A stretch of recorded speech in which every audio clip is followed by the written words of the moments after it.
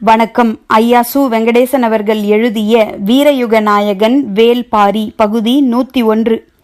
நாகக்கரட்டிலிருந்து முன்னிரவுக்குள் யானைகள் முழுமையாக அப்புறப்படுத்தப்பட்டுவிட்டன. இரளிமேட்டின் பக்கம் யானைகள் ஏறவே இல்லை. ஏனெனில் அந்த பக்கம் இருந்துதான் காட்டெருமைகள் இறங்கி வந்தன.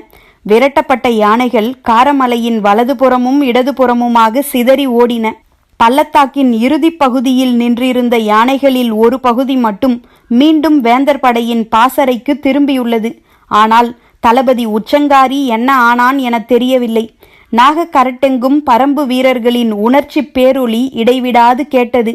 போர் முடிவுற்றவுடன் அங்கு இருக்கும் குடிலில் வந்து ஆயுதங்களை வைத்துவிட்டு உணவு அருந்திய பிறகு இரளிமேட்டில் இருக்கும் பாட்டாப்பிரைக்கு போவார் தேக்கன். ஆனால் இன்று குடிலுக்கு வந்தவர் ஆயுதங்களை வைத்துவிட்டு சற்றே தலை சாய்த்து படுத்தார். வீரன் ஒருவன் கலயத்தில் கொண்டு வந்த கஞ்சியையும் குடிக்கவில்லை. சிறிது பொழுதாகட்டும், இங்கு வைத்துவிட்டு போ என்று சொல்லிவிட்டார். இருள் கவியத் தொடங்கி நெடுநேரம் ஆன பிறகு தேக்கனை தேடி முடியன் வந்தான். பரம்பு ஆசானுக்கென்று அமைக்கப்பட்டிருந்த தனி கூடாரத்தில் அவர் படுத்திருந்தார். முடியன் வந்த பிறகுதான் எழுந்து அமர்ந்தார். முடியனின் பார்வை கலயத்தை நோக்கி போன போது கஞ்சியை எடுத்து குடிக்கத் தொடங்கினார். தேக்கனின் உடல்நிலை என்ன பாடுபடுகிறது என்பதை முடியனால் உணர முடிந்தது. ஆனாலும் அவர் போர்க்களத்தில் நிற்பது எவ்வளவு முக்கியம் என்பதை இன்றைய நாள் உணர்த்தியது. தேக்கன் சொன்ன வழிமுறைப்படி உத்தியை வகுத்திராவிட்டால் பரம்புக்கு ஏற்பட்டிருக்கும் இழப்பு அளவிடற்கரியதாக இருந்திருக்கும். ஆனால் அது நிகழாமல் தடுக்கப்பட்டது. அப்படி இருந்தும் பரம்பு வீரர்கள் அதிக இழப்பை கண்ட நாள் இதுதான். நண்பகல் பொழுதில் வேந்தர் படை மிகுந்த ஆவேசத்தோடு தாக்கி முன்னேறிய போது பரம்பு படை தற்காப்பு போரை நடத்த வேண்டிய நிலை இருந்தது. அந்நிலையில் பரம்பு படைக்கு இதுவரை இல்லாத அளவுக்கு பாதிப்பு ஏற்பட்டுள்ளது. அது பற்றி ஆசானிடம் பேச இரளிமேட்டில் இருக்கும் பாட்டாப்பிரை நோக்கி சென்றான் முடியன். ஆனால் தேக்கன் ஓய்வெடுப்பதற்காக இன்று தனது குடிலிலேயே இருக்கிறார் என்ற செய்தியை அறிந்ததும் பாட்டாப்பிரைக்கு செல்லாமல் பாதியிலேயே திரும்பி இங்கு வந்து சேர்ந்தான். இதுவரை நடந்த 4 நாள் போரிலும் வேந்தர் படையின் எண்ணிக்கையை சரிபாதிக்கு மேல் குறைத்துள்ளோம். ஆனால் நமது படையின் எண்ணிக்கையும் குறைந்துள்ளது. இதே நிலையில் இந்த போரை நீட்டிக்க முடியாது. வேறு திட்டங்களுக்கு நாம் சென்றாக வேண்டும் என்றான். எனது சிந்தனையும் அதை நோக்கித்தான் இருக்கிறது என்றார் தேக்கன். அப்போது இரவாதன் உள்ளே நுழைந்தான். இருவரையும் தேடி பாட்டாப்பிரைக்கு போனவன் அங்கு இல்லை என்பது அறிந்து இங்கு வந்து சேர்ந்தான். முதலில் அவன் வந்துள்ள செய்தியை கேட்டறிந்த பிறகு நாம் பேசிக்கொள்ளலாம் என்று இருவரும் பார்வையிலே முடிவு செய்தனர். பரம்பு படை பெரு வெற்றியை ஈட்டிய நாளில் அதற்குரிய முழு மகிழ்வோடு இருந்தது இரவாதனின் முகம். தான் வந்துள்ளதன் காரணத்தை அவன் சொன்னான். நான் இன்று மூஞ்சலை முழுமையாக பார்த்தேன். முடியனும் தேக்கனும் இரவாதனை கூர்ந்து பார்க்க தொடங்கினர். நேற்றைய போரில் முடியனும் இரவாதனும் மூஞ்சலை நெருங்கினர். அப்போதுதான் முரசின் ஓசை கேட்டு போர் முடிவுற்றது. ஆனால் இன்றைக்கு வேந்தர்களின் படை மொத்தமும் கீழிறங்கி பரம்பு படையை சூழ்ந்து முற்றுகை தாக்குதலை நடத்தியது. மிகச் சிறிய படைதான் மூஞ்சலை காத்து நின்றது.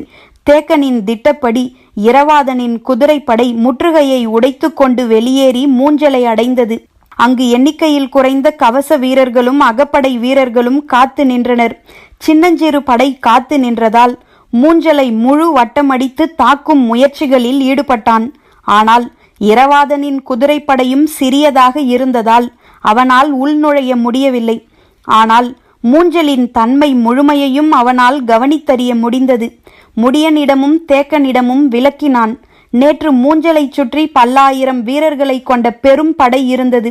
நாம் அதன் அருகில் சென்றாலும் அதன் தன்மையை முழுமையாக பார்க்க முடியவில்லை. ஆனால் இன்று அப்படியல்ல. மிக குறைந்த வீரர்களே இருந்தனர். அவர்கள் மூஞ்சலை அமைத்துள்ள விதத்தையும் அதை பாதுகாக்க செய்யப்பட்டுள்ள ஏற்பாட்டையும் முழுமையாக என்னால் பார்க்க முடிந்தது என்றான். மருந்து தேய்க்கப்பட்டு காய்ந்த வாழை மட்டை ஒன்றை அருகில் இருந்த விளக்கின் சுடரில் தேக்கன் வைத்தான். நெருப்பு சட்டென பற்றியது. போதுமான அளவுக்கு அதை எரியவிட்டு விலா எலும்போடு எரிமட்டையை அமுக்கி தேய்த்தார். கன நேரத்தில் கருகி திரிந்தது. தேய்த்த விரல்களின் வழியே புகை வெளியேறியபடியே இருக்க சதையின் மேல் போதுமான சூட்டோடு மருந்து அப்பி உள்ளிறங்கியது. தேக்கனின் இந்த செயலை பார்த்தபடியே இரவாதன் தொடர்ந்தான். மூஞ்சலை உடைக்க நமக்கு புதிய திட்டம் வேண்டும்.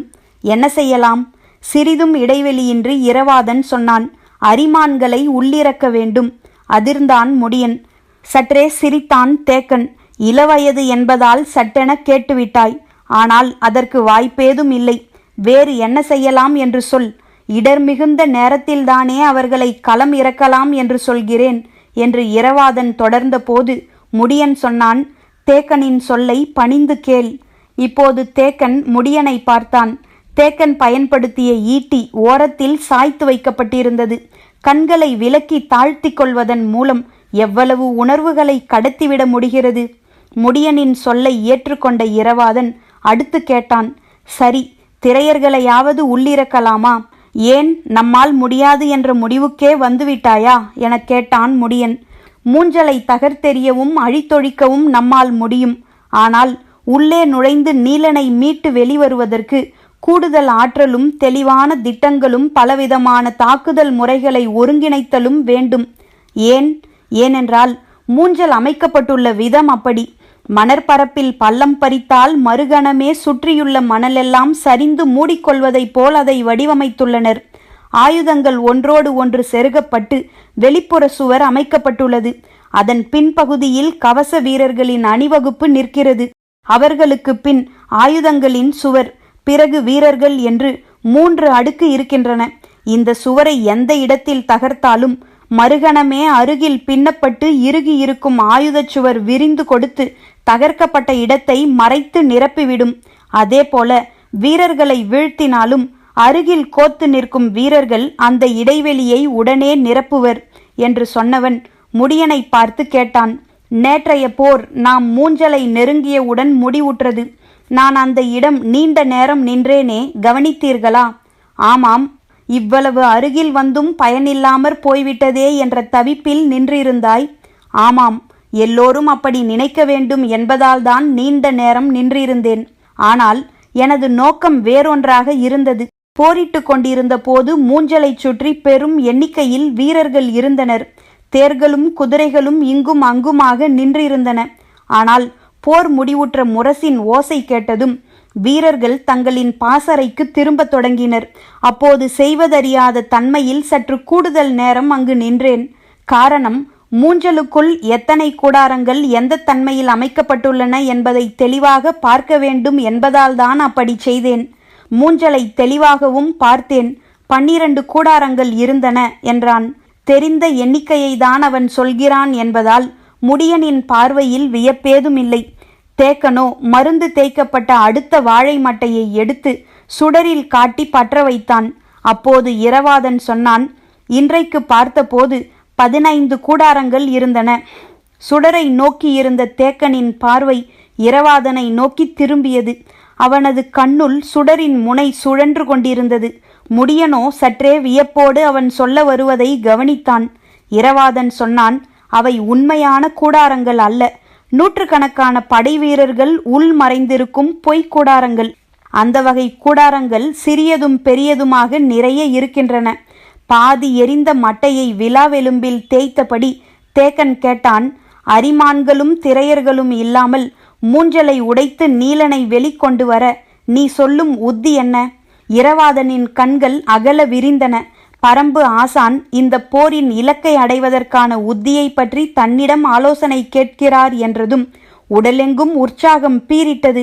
நீண்ட தன் 2 கைகளையும் விரித்தபடி சொல்லத் தொடங்கினான். மூஞ்சலை ஒரு குழு ஓரிடத்தில் உடைத்து முன்னேற முடியாது. ஒரே நேரத்தில் 3 திசைகளிலும் உடைத்து உள்நுழைய வேண்டும். அப்போதுதான் அவர்களின் சங்கிலி தொடர் காப்பு முறையை செயலிழக்கச் செய்ய முடியும். அதே நேரத்தில் பொய்க் கூடாரங்களை நோக்கி குறிவைத்து தாக்க வேண்டும் என்று சொன்னவன் அம்பு ஒன்றை எடுத்து தரையில் கீறி மூஞ்சலின் வரைபடத்தை உருவாக்கினான். 3 திசைகளிலிருந்தும் மூஞ்சலை ஒரே நேரத்தில் தாக்கி முன்னேறுவோம். முடியன் இடதுபுறமும் உதிரன் வலதுபுறமும் மூஞ்சலின் தடுப்பரணை உடைக்கட்டும். நான் நேர்கொண்டு தாக்கி உள்நுழைகிறேன். மற்ற இருவரும் மூஞ்சலை உடைத்த இடத்திலிருந்து உள்நுழையாமல் ஆயுதங்களாலும் வீரர்களாலும் காக்கப்பட்டு கொண்டிருக்கும் வட்ட வடிவ வெளிப்புறச் சுவரை முற்றிலும் அழிக்கும் வேலையை செய்ய வேண்டும். நான் எனது குதிரைப்படையோடு உள்நுழைகிறேன். உள்ளே நுழைந்ததும் எனது படை 3ஆக பிரியும். பிடரிமான் தலைமையிலான பிரிவு பொய்க்கூடாரங்களில் உள்ளவர்களை மட்டும் தாக்கும். கரினி தலைமையிலான பிரிவு உள்ளுக்குள் காத்து நிற்கும் அகப்படை வீரர்களை மட்டும் தாக்கும்.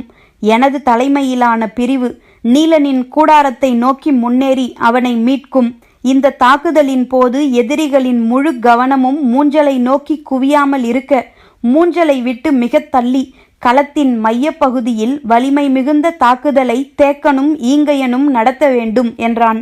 ஓரளவுக்கு சரியான திட்டம்தான். இதில் இருக்கும் பிழை என்ன? இதை நடைமுறைப்படுத்துவதில் உள்ள சிக்கல் என்ன என்று கேட்டான் தேக்கன். பிழை ஏதும் இருப்பதாக நினைக்கவில்லை. சிக்கல் என்பது பிடரிமானும் கரினியும் இந்த திட்டத்தை முழுமையாக புரிந்து கொள்ள வேண்டும். கூடாரத்தை சுற்றி காத்து நிற்கும் கவச வீரர்களை தாக்கவும், பொய்க்கூடாரங்களில் குவிந்திருக்கும் வீரர்களை தாக்கவும் இருவேறு தாக்குதல் உத்திகளை பின்பற்ற வேண்டும். அதற்கான தெளிவான பயிற்சி வேண்டும் என்றான் இரவாதன். முடியன் சொன்னான், உதிரன் விற்படை மூஞ்சலை விட்டு மிக தள்ளி நின்றால்தான் எதிரிகளின் பெரும் படை மூஞ்சலை விட்டு விலகி நிற்கும். அவர்களின் கவனமும் இரு கூறாக பிரிந்திருக்கும். எனவே உதிரனை வெளியில்தான் வைத்திருக்க வேண்டும் என்றான். சரி, அப்படியென்றால் ஈங்கையனின் தலைமையிலான படையை மூஞ்சலில் வலதுபுற தாக்குதலுக்கு பயன்படுத்தலாமா என கேட்டான் இரவாதன். போரில் யாரை எங்கு பயன்படுத்த வேண்டும் என்பதுதான் மிக முக்கியம் என்று சொல்லியபடி அடுத்த வாழை மட்டையை எடுத்தான் தேக்கன். முடியனோ தேக்கன் சொல்லப்போவதை கேட்காமல் தரையில் வரையப்பட்ட வரைபடத்தையே பார்த்து கொண்டிருந்தான். இரவாதனோ தேக்கன் ஏன் இப்படி சொல்கிறான் என்ற வியப்போடு அவனை பார்த்தான். தேக்கன் சொன்னான், இத்தனை நாள் போரிலும் ஈங்கையன் சொல்லிக் கொள்ளும்படியான எந்த தாக்குதலையும் நடத்தி முன்னேறவில்லை. படைக்கு தலைமை ஏற்று முன்னேறுவதற்குரிய பயிற்சியும் ஆற்றலும் அவனுக்கு இல்லை என நினைக்கிறேன்.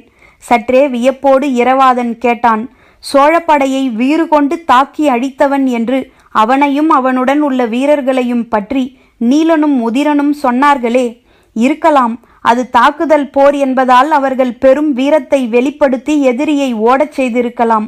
ஆனால் படைப்பிரிவினூடாக முன்னேறும் போர் என்பது அவர்களுக்கு வசப்படவில்லை என நினைக்கிறேன் என்றான் தேக்கன்.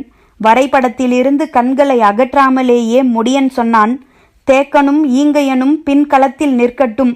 உதிரன் தட்டியங்காட்டின் இடதுபுறம் இருந்து எதிரியை நோக்கி முன்னேறட்டும். நாளைய போரில் தேர்ப்படை தளபதி கூழையனுக்கு பதில் விண்டன் களமிறங்க இருக்கிறான். நீ சொன்ன திட்டப்படியே அவனும் நானும் நீயும் மூஞ்சலுக்குள் நுழைவோம் என்றான். இரவாதனின் முகத்தில் சுடரின் ஒளி பரவி நின்றது. விண்டன் அவனது வயதொத்த இளம் வீரன். பாரி தனிப்பயணம் மேற்கொள்ளும் போது தேக்கனால் மறை பாதுகாப்புக்காக அனுப்பப்படுபவர்களில் ஒருவன். அவனும் நானும் தந்தையோடு இணைந்து போரிட்டால் மூஞ்சலை உடைத்து நீலனை மீட்கலாம். இந்த முறை எடுத்த வாழை மட்டையை சுடரில் பற்ற வைக்கவில்லை. கலயத்தில் இருந்த மூலிகை சாற்றில் நனைத்து இதுவரை சுட்டு தீய்த்த பகுதியின் மீது ஒட்ட வைத்தான். நாளை நாம் தாக்குதல் போரை நடத்த வேண்டாம். உதிரனின் விற்படையும் குதிரைப்படையும் இன்றைய போரில் பேராற்றலை வெளிப்படுத்தி இருக்கின்றன. அவர்களுக்கு சற்று இளைப்பாறுதல் தேவை. அப்போதுதான் நாளை மறுநாள் மூஞ்சலின் மீதான தாக்குதலை முழு வலிமையோடு நடத்த முடியும் என்றான். சரியென ஏற்றுக்கொண்ட இரவாதன், ஆமாம், பிடரிமான் கரினி ஆகிய இருவர் தலைமையிலான படைக்கும் தனித்த பயிற்சிகள் தேவை. இன்று மிகவும் களைத்து போய் இருப்பார்கள். நாளை இரவு அந்த பயிற்சியை முழுமையாக எடுத்துக்கொண்டு நாளை மறுநாள் தாக்குதலை தொடுக்கலாம் என்றான் இரவாதன். ஈர மட்டையை விலாவெலும்பின் மேல் போர்த்தியபடி மீண்டும் கட்டிலில் சாய்ந்தான் தேக்கன். இரவாதன் வெளியேறிய பிறகு முடியனும் தேக்கனும் பேசிக்கொள்ள தேவை ஏதும் இல்லை. இரவாதனின் பேச்சினூடே பேச வேண்டிய எல்லாம் பேசப்பட்டுவிட்டன. பொழுது விடிந்தது. தட்டியங்காடெங்கும் சிதறி கிடக்கும் பிணங்களின் மீது கதிரவனின் ஒளி படர்ந்தது. இரவெல்லாம் முயன்றும் கொல்லப்பட்டு கிடக்கும் தன் வீரர்களின் உடல்களை வேந்தர் படையால் முழுமையாக அகற்ற முடியவில்லை. நேற்று மாலையிலிருந்து குதிரைகளும் மாடுகள் பூட்டிய வண்டிகளும் பிணங்களை எடுத்து சென்றபடியே இருந்தன. ஆனாலும் முடிந்த பாடில்லை. முற்றுகை போர் என்பதால் பரம்பு படையினர் அணிவகுக்கும் பகுதிக்கு பின்புறமும் எண்ணற்ற வேந்தர் படை வீரர்கள் நின்று போரிட்டனர். ஏறக்குறைய அந்த படைப்பிரிவினர் முழுக்க அழிக்கப்பட்டனர். எனவே பரம்பு பக்கம் எண்ணிலடங்காத வேந்தர் படை வீரர்களின் உடல்கள் கிடந்தன.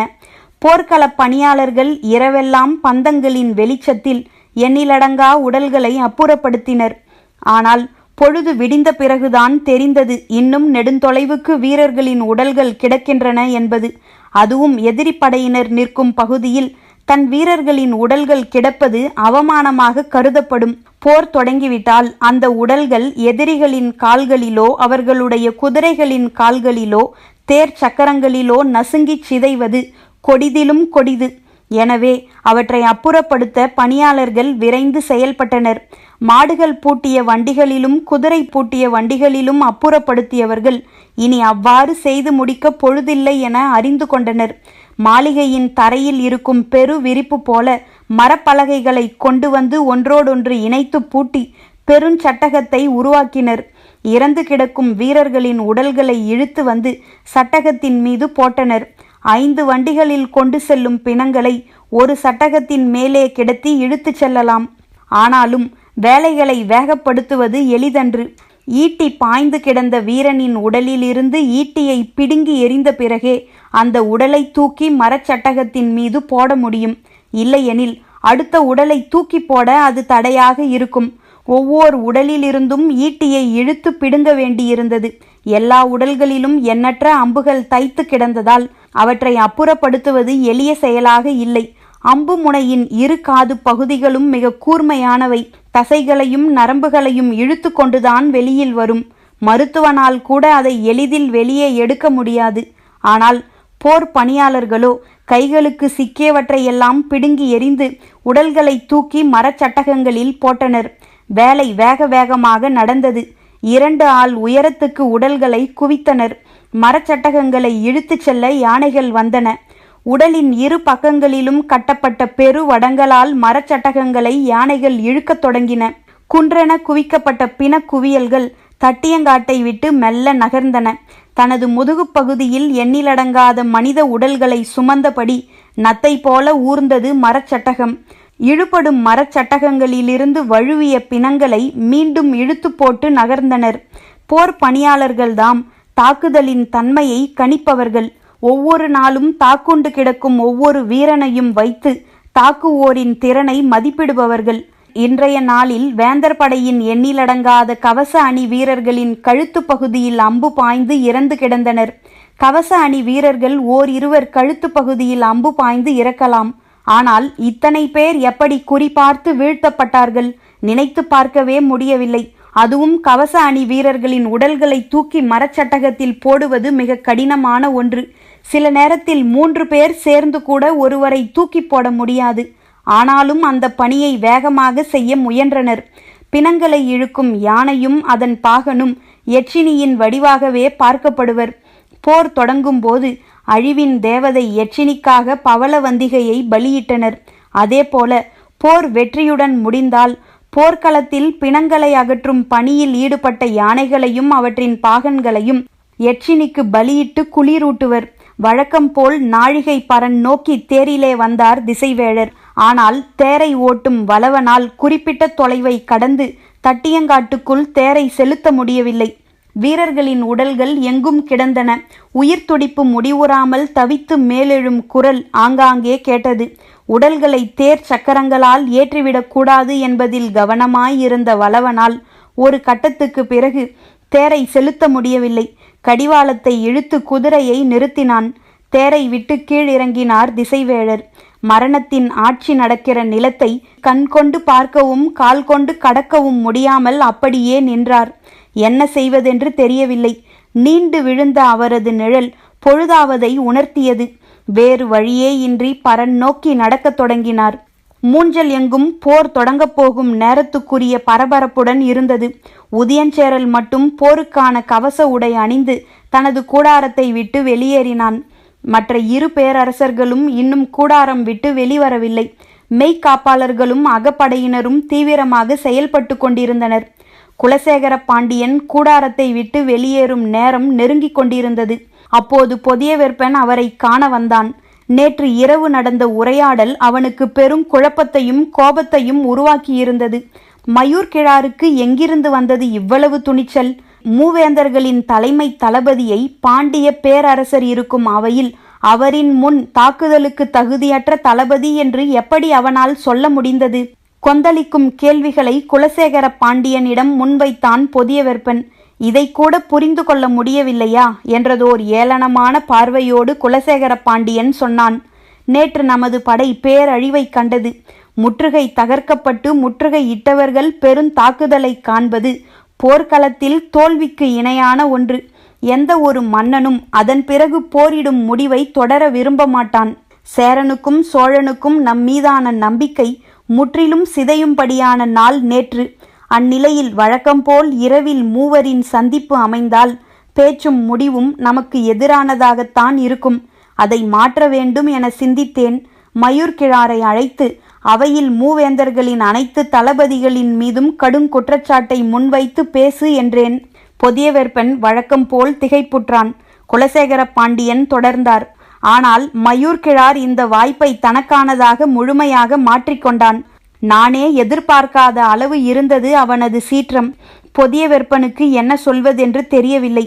ஆனாலும் தலைமை தளபதியை அவன் அவ்வாறு சொல்லியிருக்க கூடாது என்ற பேச்சை தொடர்ந்த போது குலசேகர பாண்டியன் குறுக்கிட்டு சொன்னார். அதுவல்ல இப்போது முக்கியம். மகிழ்வூட்டும் செய்தி ஒன்று அதிகாலை என்னை வந்தடைந்தது என்றார். பொதியவெற்பன் வேந்தரின் முகத்தை உற்று பார்த்தபடி அவர் அடுத்து உதிர்க்கப் போகும் சொல்லுக்காக காத்திருந்தான். குலசேகர பாண்டியன் சொன்னான், இன்று மாலை பொற்சுவை பாரியை காண இரளிமேட்டுக்கு செல்கிறாள். நம் வீரர்கள் அவள் அறியாதபடி உடன் செல்ல உள்ளனர். நாம் எதிர்பார்த்த நாள் இது. திசைவேழரின் கை உயர்ந்ததும் தட்டியங்காட்டின் 5ஆம் நாள் போருக்கான முரசின் ஓசை ஒலிக்கத் தொடங்கியது. ஆனால் தட்டியங்காடெங்கும் பிணங்களை அகற்றும் பணி முழுமையாக முடியவில்லை. பெரு மரச்சட்டகங்களை யானைகள் இழுத்தபடியே இருந்தன. பரம்பு வீரர்கள் அணிவகுத்து நிற்பதற்கு முன்பும் பின்பும் இன்னும் உடல்கள் கிடந்தன. உடல்களை முழுமையாக அகற்றாமல் நாம் முன்னேறி செல்ல வேண்டாம் என்று கூறினான் முடியன்.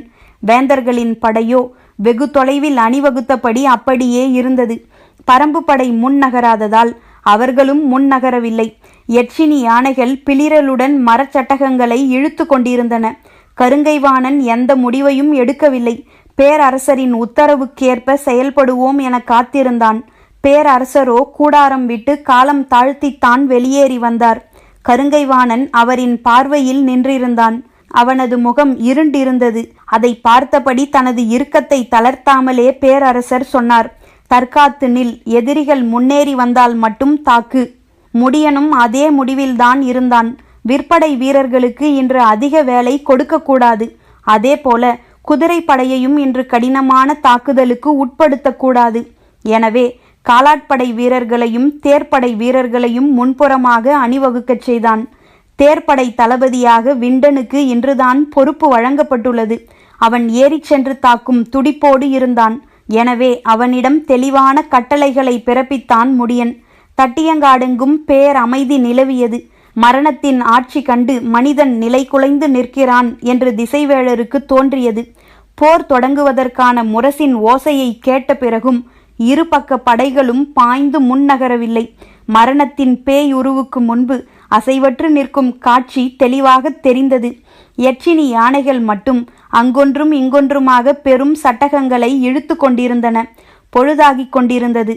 போர்க்களத்தின் ஓர் எல்லையிலிருந்து மறு எல்லை வரை கண்களை ஓடவிட்டு துல்லியமாக பார்த்தார் திசைவேழர். வேறு எங்கிருந்தாவது தாக்கி முன்வருவதற்கான திட்டம் ஏதும் இருக்கிறதா என கவனித்தார். அதற்கான அறிகுறிகள் எதுவும் தெரியவில்லை. காலாட்படையின் சில அணிகள் முன்னகரத் தொடங்கின. பிற்பகலுக்கு பிறகு அங்கும் இங்குமாக சிறு சிறு மோதல்களை தேர்ப்படையினர் நடத்தினர். ஆனாலும் இரு தரப்பும் மொத்த படையை முன்னகர்த்தவில்லை. இரு படை தலைமை தளபதிகளும் தெரிந்தே ஒரு விளையாட்டை விளையாடுகின்றனர். ஆனால் இறுதி நாழிகையில் பெருந்தாக்குதல் ஒன்று நடக்கும் என கணித்தார் திசைவேழர். அந்த தாக்குதலின் போது நாம் கவனமாக பார்த்தறிய வேண்டும். கடைசி நாழிகையை பயன்படுத்தி சதியை நிகழ்த்தலாம் என எண்ணினார். எந்த சூழலிலும் களத்தின் நடுவில் இருக்கும் இந்த பரனில் நிற்கக்கூடாது. படைகளின் போக்கிற்கேற்ப வேந்தர் தரப்பில் இருக்கும் பரன்களின் மீதோ அல்லது பரம்பின் தரப்பில் இருக்கும் பரன்களின் மீதோ ஏறி நின்று உற்று கவனிக்க வேண்டும் என நினைத்தார். ஆனால் பிற்பகலிலும் போக்கு காட்டும் போரைத்தான் இரு தரப்பும் நடத்தின. அங்கொன்றும் இங்கொன்றுமாக ஈட்டிகள் குறுக்கிட்டு பாய்ந்தன. அம்புகள் விடுக்கும் ஓசை மிக மெல்லியதாக காற்றில் ஏறி வந்தது. இரண்டொரு தேர்கள் அவ்வப்போது விரைந்து கடந்தன. சட்டென நினைவு வந்தவராக திசைவேழர் நாழிகை வட்டிலை குனிந்து பார்த்தார். அவரால் நம்பவே முடியாத ஒரு நாளாக இன்றைய நாள் முடிய இருந்தது. நீண்ட நிழல் 3ஆம் கோட்டை தொட்டது. அவர் கைகளை உயர்த்தினார். முரசின் ஓசை எங்கும் மேலெழுந்தது. 5ஆம் நாள் போர் முடிவுற்றது. இருதரப்பு படைகளும் தங்களின் பாசறைக்கு திரும்பின. கதிரவன் காரமலையின் பின்புறம் இறங்கத் தொடங்கினான். ஒளியின் கைகள் மறையத் தொடங்கின. சேரன் செங்கணச்சோழனின் கூடாரத்துக்குள் வந்தான். குலசேகர பாண்டியனின் கூடாரம் நோக்கி பொதியவெற்பன் விரைந்தான். அனைவரும் எதிர்பார்த்திருந்த இரவு வரத் தொடங்கியது. பரம்பின் குரல் ஒலிக்கும்.